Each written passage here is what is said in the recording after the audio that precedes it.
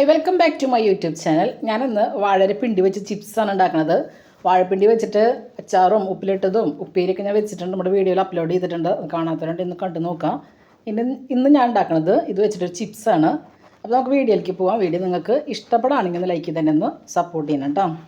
ആദ്യം തന്നെ നീളത്തിൽ നന്നായി കനം കുറച്ചിട്ട് ഞാൻ ഇത് അരിഞ്ഞ് വെള്ളത്തിലിട്ടുണ്ട്. ഇനി ഇതിൽ നിന്ന് നന്നായി കഴുകി വെള്ളം നന്നായി പിഴിഞ്ഞ് കളഞ്ഞതിന് ശേഷം ഒരു പാത്രത്തിലേക്ക് മാറ്റി കൊടുക്കുക.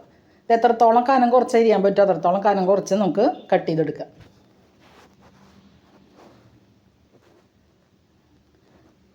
ഇത് വളരെ എളുപ്പത്തിൽ നമുക്ക് ഉണ്ടാക്കി കൊടുക്കാം. ഇപ്പോൾ വാഴപ്പിണ്ടിക്ക് കിട്ടുമ്പോൾ പെരി വയ്ക്കുമ്പോൾ ഒരു ചെറിയ പീസ് പിള്ളേർക്കൊക്കെ ഒന്ന് വറുത്ത് കൊടുക്കാം. ഇനി ഇതിലേക്ക് ആവശ്യത്തിന് ഉപ്പും മഞ്ഞൾപ്പൊടിയും മുളക് പൊടിയും കോൺഫ്ലവറും ഇട്ട് കൊടുക്കാം. ഞാനിതിലേക്ക് കാശ്മീരി മുളക് പൊടിയാണ് ഇട്ട് കൊടുത്തിട്ടുള്ളത്. അതൊരു ടീസ്പൂൺ ഇട്ട് കൊടുത്തിട്ടുണ്ട്. മഞ്ഞൾപ്പൊടിയും ഒരു 2 ടേബിൾ സ്പൂണോളം കോൺഫ്ലവറും ചേർത്തിട്ട് നന്നായിട്ടൊന്ന് മിക്സ് ചെയ്ത് വയ്ക്കുക.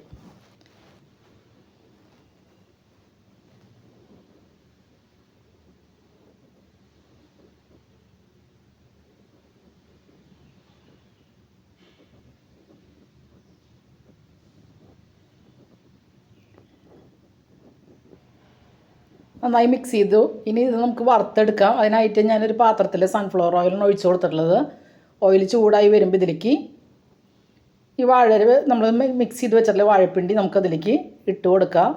അത് വേർതിരിച്ച് ഇട്ട് കൊടുത്തോളാം. കാരണം ഇതിങ്ങനെ ഒട്ടിപ്പിടിച്ചിരിക്കും. അപ്പോൾ നമ്മളൊന്ന് വേർതിരിച്ച് ഇട്ട് കൊടുക്കാം. ഇനി 2 സൈഡും ഒരിഞ്ഞ് കഴിഞ്ഞാൽ ചിപ്സ് റെഡി ആയിട്ടുണ്ട്. നല്ല ടേസ്റ്റാണ്. പിന്നെ പ്രത്യേകം ശ്രദ്ധിക്കുക, പെട്ടെന്ന് കരിഞ്ഞു പോവും. തീ അധികം കൂട്ടിയിട്ട് കൊടുക്കരുത്. പിന്നെ ഉപ്പിടുമ്പോഴും ശ്രദ്ധിക്കണം, പെട്ടെന്ന് ഇതിൽ ഉപ്പ് കയറി പിടിക്കും. അപ്പോൾ ഉപ്പിടുമ്പോഴും ശ്രദ്ധിച്ചിട്ട് വേണം ഇടാൻ.